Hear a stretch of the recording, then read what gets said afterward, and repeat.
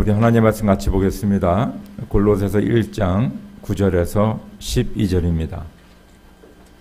골로새서 1장 9절에서 12절입니다. 우리 한번 같이 읽을까요? 한 목소리로 같이 읽읍시다. 시작. 그러므로 우리가 여러분의 소식을 들은 그날부터 우리도 여러분을 위하여 쉬지 않고 기도합니다. 우리는 하나님께서 여러분에게 모든 신령한 지혜와 총명으로 하나님의 뜻을 아는 지식을 채워주시기를 빕니다. 여러분이 주님께 합당하게 살아감으로써 모든 일에서 그분을 기쁘게 해드리고 모든 선한 일에서 열매를 맺고 하나님을 점점 더 알고 하나님의 영광의 권능에서 오는 모든 능력으로 강하게 되어서 기쁨으로 끝까지 참고 견디기를 바랍니다. 그리하여 성도들이 받을 상속의 몫을 차지할 자격을 여러분에게 주신 아버지께 여러분이 빛 속에서 감사를 드리게 되기를 우리는 바랍니다. 아멘. 아멘. 아마 초대교회에서 제일 교회를 많이 세운 사람이 사도 바울일 것입니다. 그래서 사도 바울은 3차에 거쳐서 소아시아와 유럽에 복음을 전합니다. 이 사도 바울의 특징은 뭐냐 하면요. 복음을 전하는 곳마다 교회를 세웠어요. 놀라운 일이죠. 그냥 복음 전하고 그냥 지나갈 수 있는데 거기에 일꾼들을 세우고 거기서 공동체를 만들고 그리고 그곳에 교회가 시작이 되었습니다. 그래서 사도 바울이 세운 교회가 한 20여 개 정도 됩니다. 그 중에 이제 뭐 대표적으로 우리가 아는 교회들이 뭐 빌립보 교회, 에베소 교회, 뭐 고린도 교회, 뭐 데살로니가 교회 등 여러 교회들을 우리가 알고 있습니다. 여러분, 이 교회를 개척하고 세운다는 것은 쉬운 일이 아닙니다. 뭐 저를 포함해서 많은 분들은 세워진 교회에 지금 출석하고 있습니다. 아마 여러분들 가운데서도 교회를 개척하신 분들도 없지 않아 있을 거예요. 근데 개척하신 분들은 알아요. 이 교회가 이 시작이 되고 또 교회가 뭡니까? 뿌리를 내리고 교회가 성장하고 또 자립할 수 있는 그것이 얼마나 어려운 것인가. 그래서 교회 개척은 아무나 하는 것이 아닙니다. 그래서 저도 뭐 어렸을 적에 어머니 따라서 어머니께서 교회 개척하는데 따라간 적이 있는데 한국이죠. 그곳에 보면 천막을 치고 밑에다가 가마니를 깔고 거기서 교회를 시작하는 거예요. 생각해 보시면 우리는 지금 이 카펫 깔고 뭐 의자에 앉아서 이렇게 예배 드리지 않습니까? 근데 옛날에는 땅바닥에서 가만히 깔고 시작을 했어요. 그러니까 이 교회 개척은요, 이게 쉬운 일이 아니에요. 그래서 사도 바울이 이런 교회 개척한 교회들 보면 다 사도 바울은 핍박을 받았어요. 어려움이 많았어요. 특별히 빌립보 교회 같은 경우는요, 감옥에 갇혔잖아요. 매 맞고. 근데 하나님께서 역사에서 막 지나가지고 옥문이 열리고, 그쵸? 그 쇠고랑이 풀어지고, 뭐 등등. 뭐 얼마나 매를 맞은지 몰라요. 또 어떤 때는 뭡니까? 거기서 막 쫓겨납니다. 회당에서 복음 전해서 쫓겨나고, 돌 맞고. 그런 일을 당하면서 사도 바울은 교회를 세웠습니다. 그렇기 때문에요. 사도 바울은 자기가 돌 맞아 가면서 감옥에 갇히면서 세운 교회들을 잊지 못하죠. 그래서 그들을 위해서 기도하는 거예요. 플러스 자기가 세우지 않은 교회까지도 사도 바울은 중보기도를 하는 그 케이스가 바로 오늘 골로새 교회예요. 그럼 골로새 교회는 사도 바울이 복음도 전하지도 않고 돌도 안 맞고 고생도 안 하는데 왜 골로새 교회를 위해서 이렇게 중보기도를 하느냐? 왜냐하면요. 예수 그리스도의 복음은 교회를 통해서 증거되기 때문입니다. 이게 비밀이에요, 여러분들. 주님의 복음은요. 교회를 통해서 증거되게 돼 있어요. 그래서 예수님께서 뭡니까? 제자들에게 사람들은 나를 누구로 하느냐? 뭐 헤매지 않습니까? 그럼 너희는 나를 누구로 하느냐? 그렇죠. 베드로가 주는 그리스도요 살아계신 하나님의 아들이십니다. 그렇게 고백했을 적에 내가 네 위에 이 반석 위에 교회를 세우겠다. 음부의 권세가 이기지 못할 것이고 내가 천국 열쇠를 너에게 주어 여기서 열면 열리고 여기서 잠그면 잠길 것이다. 천국에. 그러면서 교회에 뭡니까? 이 악한 권세를 이기는 능력을 교회에 주셨고 바로 하나님의 나라의 문을 여는 그 열쇠를 교회에 주신 거예요. 사도 바울은 이걸 알았어요. 그래서 자기가 피땀 흘려 세운 교회뿐만 아니라 어떤 면으로 상관이 없는 남에게 들은 그 교회를 위해서 기도하는 것을 우리가 알 수 있습니다. 지난주에 우리가 골로새서 하나님께 말씀 나누면서 그 바울과 같이 사역하는 사람이 있는데 그 사람 이름이 에바브라입니다. 에바브라.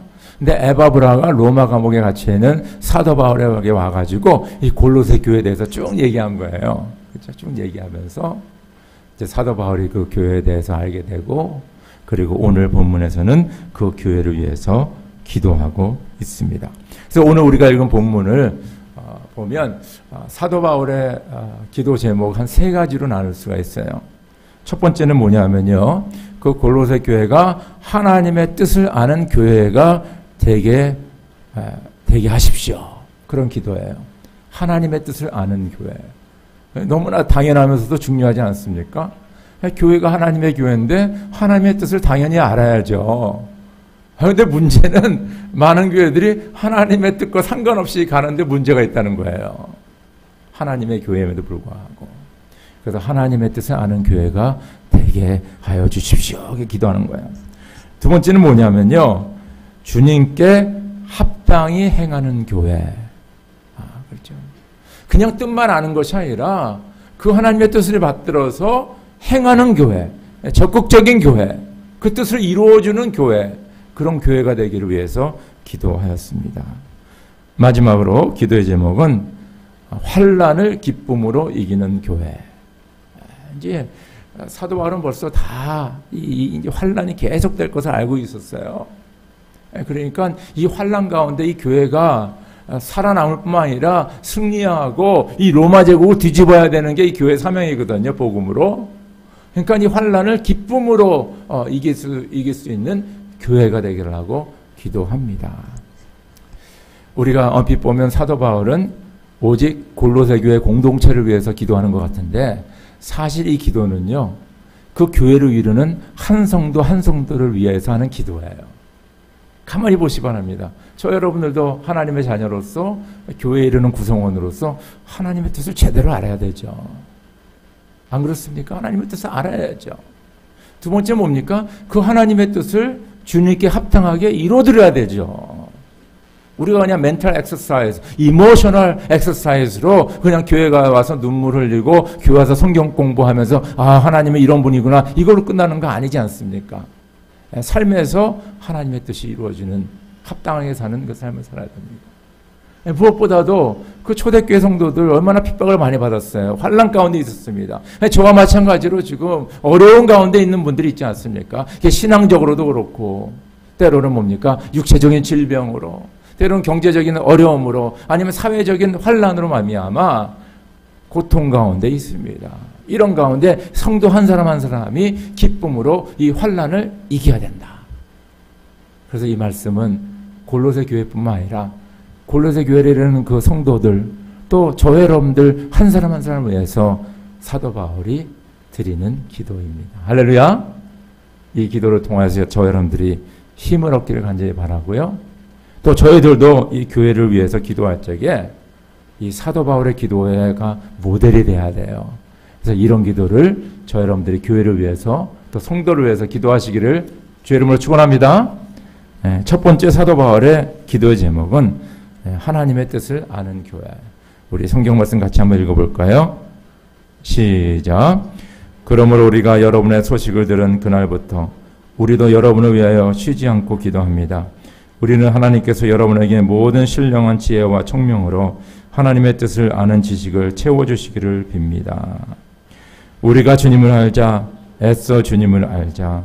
새벽마다 여명이 오듯이 주님께서도 그처럼 어김없이 오시고, 해마다 쏟아지는 가을비처럼 오시고 땅을 적시는 봄비처럼 오신다. 영생을 오직 한 분이신 참 하나님을 알고 또 아버지께서 보내신 예수 그리스도를 아는 것입니다.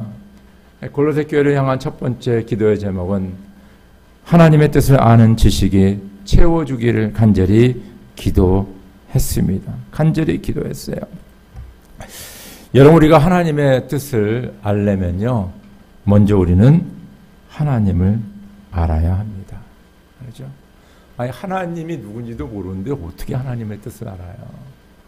You got to know who is God. 하나님이 어떤 분인 것을 우리가 알아야 됩니다. 그래서 오늘 요한복음 17장 3절 우리가 아까 읽었는데, 영생은 오직 한 분이신 참 하나님을 알고 또 아버지께서 보내신 예수 그리스도를 아는 것입니다. 첫 번째 우리가 믿는 하나님은 하나님이십니다. God, 유일하신 하나님, 온 천하 만물을 지으신 하나님. 여러분, 그걸 진짜 믿습니까? 우리가 믿는 하나님이 창조주 하나님이시고 우리 생명을 창조하시고 모든 우주 만물을 주관하시는 그런 하나님인 것을 믿습니까? 여러분, 이 하나님을 알아야 돼요. 네. 이것을 받아들여야 돼요. 그래서 저는요, 창세기 1장 1절을 받아들여야지 제대로 된 믿음이다, 저는 그렇게 생각합니다. 뭐 예수님이 나를 위해서 뭐 십자가에 달려 돌아가시고 3일 만에 부활하시고 막 고백하는데, 창세기 1장 1절은 안 믿어요. 태초에 하나님이 천지를 창조하셨다, 이 말씀을 받아들이지 않는다면, 하나님이 나의 창조주 하나님이 아니시다면 나의 신앙은 그냥 입술의 고백으로 끝나지 않을까, 저는 그렇게 생각이 됩니다. 그래서 하나님이시다, 영생은 그분이 하나님이시다는 것을 우리가 알아야 됩니다. 두 번째는 뭡니까? 바로 그분이 나를 구원하시는 하나님입니다. 여기 예수라는 게 뭐예요? 우리를 구원하신다는 거예요. 하나님은 구원이시다는 뜻이 바로 예수입니다. 예수. 하나님은 구원이시다. 우리를 구원하신 분이 바로 예수다. 그리스도는 뭡니까? 바로 메시아를 얘기하잖아요. 우리의 주님을 얘기하지 않습니까? 그래서 예수는 하나님이시고 창조주 하나님이시고 우리를 죄악에서 구원하시며 나의 주님이 되신다 라는 것을 내가 마음에 새기고 받아들이고 그것을 아는 자가 바로 하나님의 뜻을 알게 됩니다. 우리가 읽은 호세아 6장 3절에 뭡니까? 우리가 주님을 알자, 애써 주님을 알자. 간절히 지금 부르짖고 있잖아요. 우리가 주님을 알자, 애써서 알자. 우리가 뭐를 알아야 되느냐? 뭐를 알아야 되느냐? 새벽마다 여명이 오듯이 주님께서도 그처럼 어김없이 오시고, 어김없이 오시고. 그러니까 신실하신 하나님, 주님을 우리가 알아야 된다. 두 번째 뭡니다? 해마다 쏟아지는 가을비처럼. 이 가을에 비가 쏟아지면서 옵니까? 이 농사가 되는 거예요. 농사가 되는 거예요. 네. 그러니까 하나님은 뭡니까? 우리의 의식주, 우리의 물용할 양식, 우리의 먹을 것, 우리의 생명에 복을 주시는 하나님이라는 것을 우리가 알아야 된다는 거예요. 세 번째는 뭡니까? 땅을 적시는 봄비처럼 은혜의 단비를 내려주시는 뭡니까? 주의 사랑으로 우리를 감싸주시는 그런 좋으신 하나님이십니다.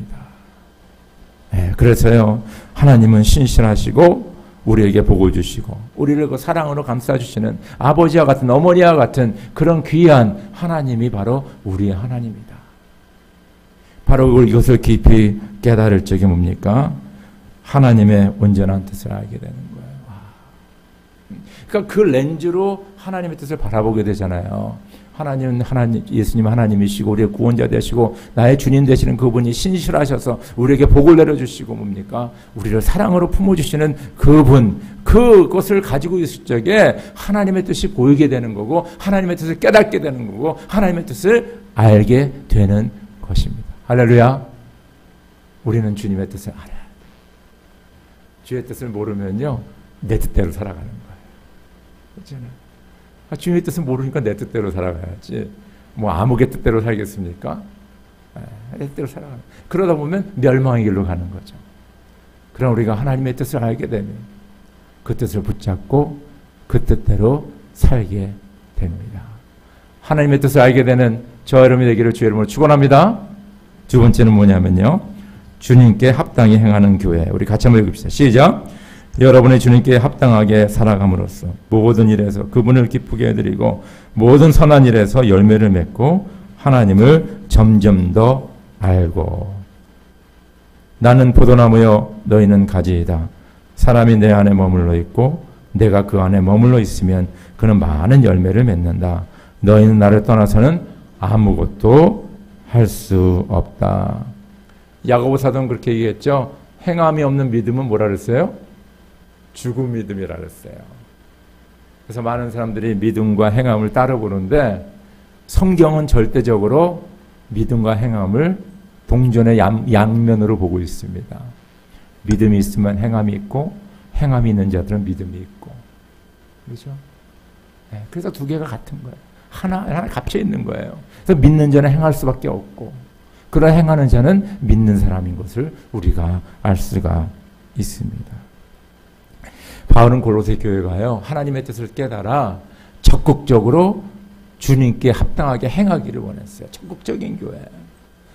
우리가 그렇잖아요. 하나님 감사합니다. 은혜 받았습니다. 하나님의 뜻이 이렇구만요. 할렐루야 하면 거기까지 가잖아요. 근데 그것을 내 삶에 적용해야죠. 이뤄야죠. 순종해야죠. 나아가야죠. 때로는 희생해야죠. 때로는 바쳐야죠. 때로는 시간을 내야죠. 그래야 되는데 그냥 은혜 받은 거로 끝나는 경우가 너무 많아요. 그러면 그냥 멘탈 엑서사이즈, 그냥 이모셔널 엑서사이즈에 불과합니다.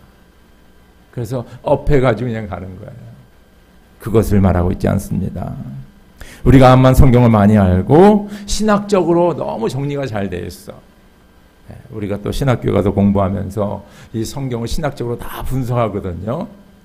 분석해서 이것이 신학적으로 맞나 틀리나 그걸 다 얘기하고 뭐 가르치고 막 그렇습니다. 그렇다 할지라도 종교적인 예식을 다 우리가 행할지라도 만약에 우리의 삶 속에서 하나님의 뜻이 이루어지지 않는다면 그것은 뭡니까?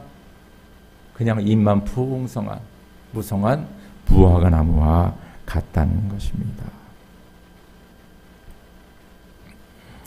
그래서 오늘요, 그 말씀 보면요, 참 사도 바울은 참 말씀을 너무 은혜스럽게 깊이 있게 말씀을 잘하십니다. 오늘 우리가 읽은 10절에 보니까요, 뭐라냐면 여러분을 주님께 합당하게 살아감으로써 모든 일에 그분을 기쁘게 해드리고 모든 선한 일에 열매를 맺고 있습니다. 그래서 여러분, 우리가 주님의 뜻을 행하는데 우리의 초점은 어디 있냐면 바로 주님에게 초점이 돼야 돼요. 그래서 주님께 합당하게 살고 그분을 기쁘게 해드리고 또 그분을 위한 선한 일을 하고, 그래서 저 여러분들이 이 주님의 일을 감당하는데 제일 중요한 게 뭐냐면 나의 초점이 여기 나에게 향해 있느냐 주님에게 향해 있느냐, 그거를 보시기 바랍니다. 도대체 나는 어디를 향해 있느냐. 맨날 뭐 먹고 사는 거에 근심 걱정하고 맨날 뭐 애들 자녀 뭐 학교 보내고 뭐 거기에만 내가 정신이 다 쏠려 있다면 어떤 면으로 보면 나의 삶의 모든 초점은 나에게 향하거든요. 그러나 하나님의 나라를 위해서, 하나님의 교회를 위해서, 뭡니까? 하나님의 뜻을 위해서 고민하고 기도하고 그런다면 아마 초점이 주님께 향하고 있을 것입니다. 바로 주님께 초점이 맞춰질 적에 우린 주님께서 원하시는 합당한 삶, 주님을 기쁘게 해드리고 주님께서 원하시는 선한 일을 감당할 수 있습니다. 그래서 사도, 그렇죠? 예수님께서는 뭡니까? 이렇게 고백합니다. 나는 포도나무여 너희는 가지이니 사람이 내 안에 머물러 있고 내가 그 안에 머물러 있으면 그는 많은 열매를 맺는다. 너희는 나를 떠나서는 아무것도 할 수 없다. 가지가 나무에 붙어있듯이 뭡니까? 너희가 나에게 붙어있으면 너희는 저절로 열매를 맺는 그 행함, 아름다운 열매가 맺힐 것이다 말씀합니다. 그래서 저는 주님 앞에 붙어있는 것이 무엇이냐. 첫째, 말씀 안에 거하라. 그래서 말씀 생활 제대로 해야 돼. 말씀 안에 거하라. 기도하라, 기도하라. 하나님께 예배하라, 예배하라. 그리고 성도들 안에서 교제하라, 교제하라. 제가 왜 이 말씀을 여러분과 나누냐 하면요, 지금 코비드-19 팬데믹 때문에 이 교계 안에서 여러 디스커션이 있습니다. 디스커션이 있어요. 왜냐하면 지금 특별히 한국에서는 막 그냥 교회, 뭐 다른 데는 다 모이는데 교회는 못 모이게 해요. 하여튼 이상하게 하여튼 그렇게 지금 되고 있습니다. 그러면서 교회들이 많이 어려움이 있어요. 미국에서도 마찬가지면서. 그래서 이제 디스커션이 많이 했는데, 하나는 뭐냐 하면, 그 15세기, 16세기의 종교 계획 이후, 새로운 종교 계획이다. 그래서 새로운 패러다임이다. 그래서 교회는 앞으로 온라인으로도 나가야 된다. 그쪽으로 더 이제 그런 얘기하는 분들이 많이 있습니다. 또 한쪽에서는 아니다. 우리 교회는 지금 2000년 동안 해온 것처럼 더욱더 성경적으로 성서에 나온 것처럼 나가야 된다. 그래서 저는 뭐 양쪽의 얘기를 다 듣지만은 우리가 이 교회에 대해서 이게 약간 헷갈릴 적에 그럼 우리가 바라봐야 되고 우리가 따라야 되는 모델 교회는 어느 교회인가? 저는 성경에 나오는 교회라고 생각합니다. 성경에 나오는 교회. 그렇잖아요. 그게 오리지널 철치잖아요. 근데 문화가 바뀌고 세대가 바뀌고 사람들이 이렇게 막 바뀌면서 이 교회라는 그 형태가 많이 달라졌습니다. 그러나 이 교회의 본질은 바뀌어지면 안 되는 거잖아요. 교회의 본질. 그래서 우리가 그 교회가 막 이렇게 이쪽 저쪽으로 헤매일 적에 교회의 본질로 들어가는 거예요. 그 교회의 본질을 제일 보여준 교회가 바로 초대교회예요. 그래서 초대교회를 보면요. 여러분 사도행전 2장 14절에 아주 간략하게 한 줄로 이렇게 나오고 있습니다. 그들은 사도들의 가르침에 몰두하며 서로 사귀는 일과 빵을 떼는 일과 기도에 힘썼다. 이 한 줄로 간단하게 나와요. 뭐 거기서 뭐 방언하고 예언하고 그런 얘기도 많이 있지 않습니까? 사도행전에 뭐 병 고치고. 그러나 이 교회의 아주 본질적인 거에서는 이 한 줄밖에 안 나오지 않습니다. 사도들의 가르침, 그렇죠? 그 다음에 서로 사귀는 일, 교제하는 일. 빵을 떼는 건 예배 드릴 적에 빵을 뗐습니다. 예수님의 몸과 피를 기념할 적에, 그렇죠? 성찬식 얘기하는 거죠. 그 다음에 기도에 힘썼다. 근데 이 일이 어떻게 이루어지냐면 모임 속에서 이루어졌어요. 그래서 히브리서 10장 24절 25절에 보면 그러므로 서로 마음을 써서 사랑과 선한 일을 하도록 격려합시다. 어떤 사람들의 습관처럼 우리는 모이기를 그만하지 말고 서로 격려하여 그날이 가까워 오는 것을 볼수록 더욱 힘써 모입시다. 그렇게 얘기하고 있어요. 지금 팬데믹 때문에 지금 잘 못 모이고 있습니다. 그렇죠? 우리가 인정해야 되죠. 왜냐하면 이게 전염이 너무 세기 때문에 뭐 한 사람이 와서 전염되면 뭐 교회 문 닫아야 되고 뭐 등등 그런 어려움이 있습니다. 우리가 다 아는 얘기죠. 그래서 이제 온라인으로 예배드리는 거 있습니다. 지금 저희 교회도 마찬가지로. 그러나 지금 이때가 지나가고 나서 교회의 모습이 어떻게 될 거냐 얘기들을 해보면 어떤 분들은 온라인 예배가 좋다는 거예요. 꼭 교회를 나와야 되냐 그렇게 얘기합니다. 저는 거기에 문제가 있다고 생각을 해요. 이런 특별한 상황 속에 우리에게 테크놀로지가 있기 때문에 온라인으로 예배드리는 것 우리가 이해하고 그렇게 진행하고 있습니다. 근데 이 문제가 지나간 후에도 온라인으로 예배드리는 게 너무 좋습니다. 그리고 조금만 몸이 안 좋으면 또 여러 가지 이유로. 지금은 그럴 수밖에 없어요. 여러분 몸이 안 좋으면 집에 있어야 됩니다. 콜록콜록 하면서 여기 오면 안 되는 거예요. 아시죠? 그래서 집에서 예배드려요. 근데 저는 이것이 지나간 다음에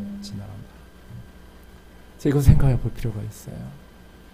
여기 보면요. 그날이 가까이 오면 올수록 더 모이기를 힘쓰라. 그날이 뭐예요? 말세잖아요. 더 어려운 일들이 많을수록, 더 환난이 많을수록. 그래서 초대교회는요. 핍박이 많으면 많을수록 더 열심히 모였어요. 그렇기 때문에 로마 제국을 뒤집은 겁니다. 복음으로. 그렇지 않으면 가능하지 않죠. 더 열심히 모였어요. 그래서 우리가 이 교회가 어떻게 가야 되지 이럴 적에 성경에 있는 교회의 본질, 그들이 무엇을 했나를 우리가 다시 모델링 해야 되는 거예요. 그래서 그들은 말씀에 힘썼고 성도의 교제. 서로 사랑을 나누고, 그렇죠? 그다음 뭡니까? 예배드리고 떡을 떼며 성찬식을 행하며 예배드리고, 그리고 뭐라 했어요? 기도에 힘썼더라. 그것이 바로 예수 안에 거하는 것이고, 그럴 적에 뭡니까? 우리가 주님의 뜻을 받들어 주의 뜻을 행하여 열매를 맺는 그런 성도, 그런 교회가 되는 것을 믿으시길 여러분 축원합니다. 세 번째는요, 사도 바울은 골로새 교회를 향하여서 환난을 기쁨으로 이겨내는 교회를 위해서 기도하고 있습니다. 우리 말씀을 같이 읽읍시다. 시작. 하나님의 영광의 권능에서 오는 모든 능력으로 강하게 되어서 기쁨으로 끝까지 참고 견디기를 바랍니다. 너희 마음을 다하여 주님을 의뢰하고 너희 명철을 의지하지 말아라. 네가 하는 모든 일에서 주님을 인정하여라. 그러면 주님께서 네가 가는 길을 굳게 하실 것이다. 의를 위하여 박해를 받는 사람은 복이 있다. 하늘나라가 그들의 것이다. 너희가 나 때문에 모욕을 당하고 박해를 받고 터무니없는 말로 온갖 비난을 받으면 복이 있다. 너희는 기뻐하고 즐거워하여라. 하늘에서 받을 너희의 상이 크기 때문이다. 너희보다 먼저 온 예언자들도 이와 같이 박해를 받았다. 그렇죠? 우리가 인생을 사다 보면 개인적인 환난과 고통이 있죠. 개인적으로 어려움이 있습니다. 그거 경험하지 않는 사람 없어요. 또 가족에 뭡니까? 가족에 어려움이 있어요. 뭐 아내나 남편이라든가 혹은 자식이라든가 혹은 누군가가 뭐 몸이 아프다든가 아니면 어떤 문제에 있다든가 그러면서 너무 마음 아프고 환난이 오는 거죠.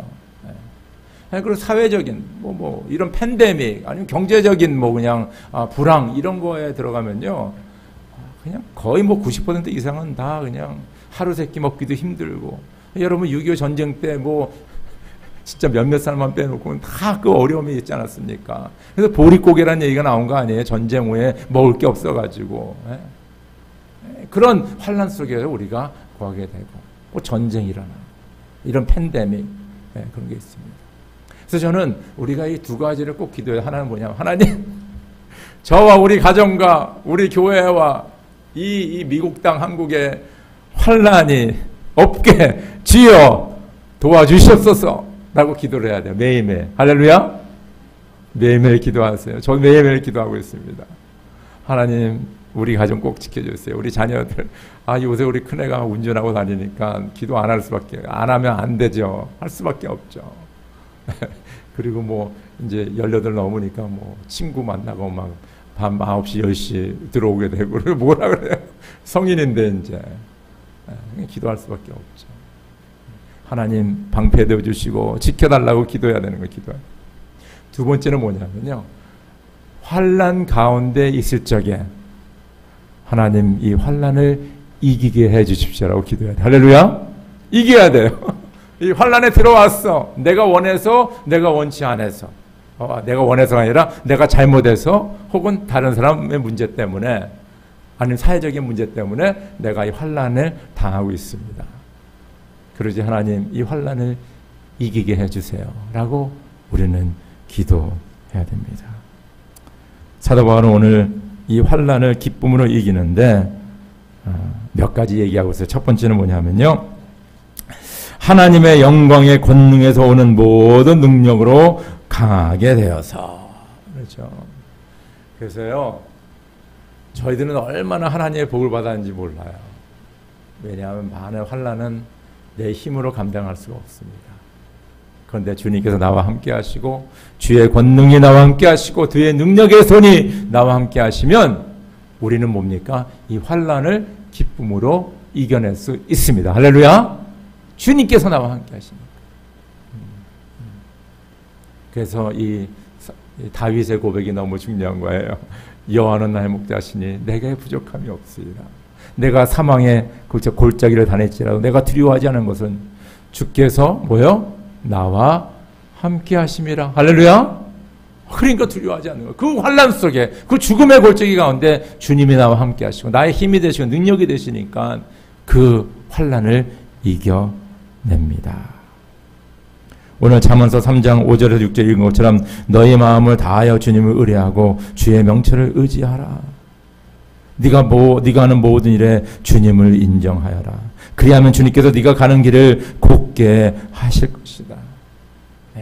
그래서 하나님이 나와 함께 동행하시고 나를 붙잡아 주시고 주님의 능력의 손이 나를 붙잡아 주시는 것을 우리가 믿고 무엇보다 우리는 주님께 의뢰하고 주님께 모든 걸 맡겨야 돼요. 주님은 나의 목자시고 주님은 나의 하나님이시 나와 함께 하십니다. 그러면서 뭡니까? 계속 그 지문 짓고 나는 거. 아이고 주여 힘들어 죽겠습니다.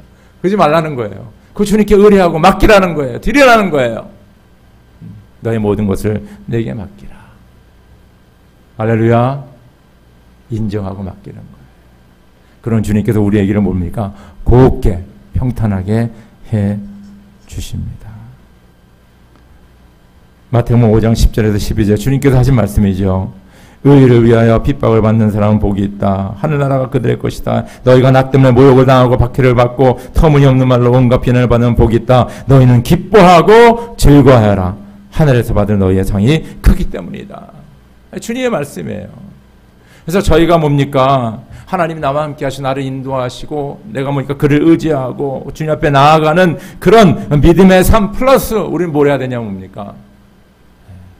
우린 도리어 주를 위하여서 더 열심을 내고 주님의 일에 더 힘을 쓰고 이 사람들이요 이렇게 어렵고 힘들면요 저 교회 좀 쉬겠습니다. 저 봉사하는 것 좀 잠깐 내려놓겠습니다. 그런 얘기 하거든요. 전 그 반대라고 생각해요. 어렵고 힘들 수 있도록 주님께서 맡긴 일에 더욱더 충성하시길 주 이름으로 축원합니다. 하나님이 그러죠. 의를 위하여서 핍박을 받고 나를 위하여서 희생하고 헌신하고 그러면 뭡니까? 기뻐하고 즐거워하여라.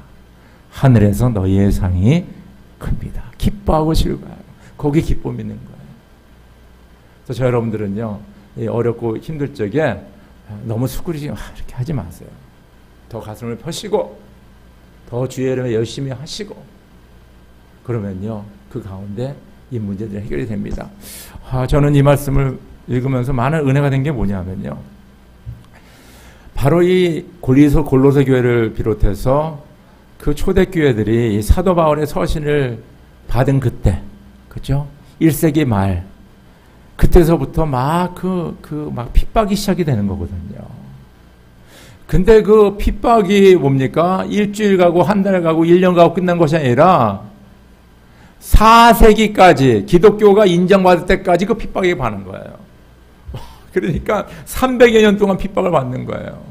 그러니까 어떤 면은 오늘 말씀 뭡니까? 앞으로 300여 년 동안 핍박받을 환난 가운데 있을 교회를 향하여서 성도를 향해서 주신 말씀이에요. 이 말은 뭐냐면 어제의 핍박이나 오늘의 핍박이나 내일의 핍박이나 환난 가운데서도 이 말씀이 유효하다는 겁니다. 왜냐하면 저 여러분들은요.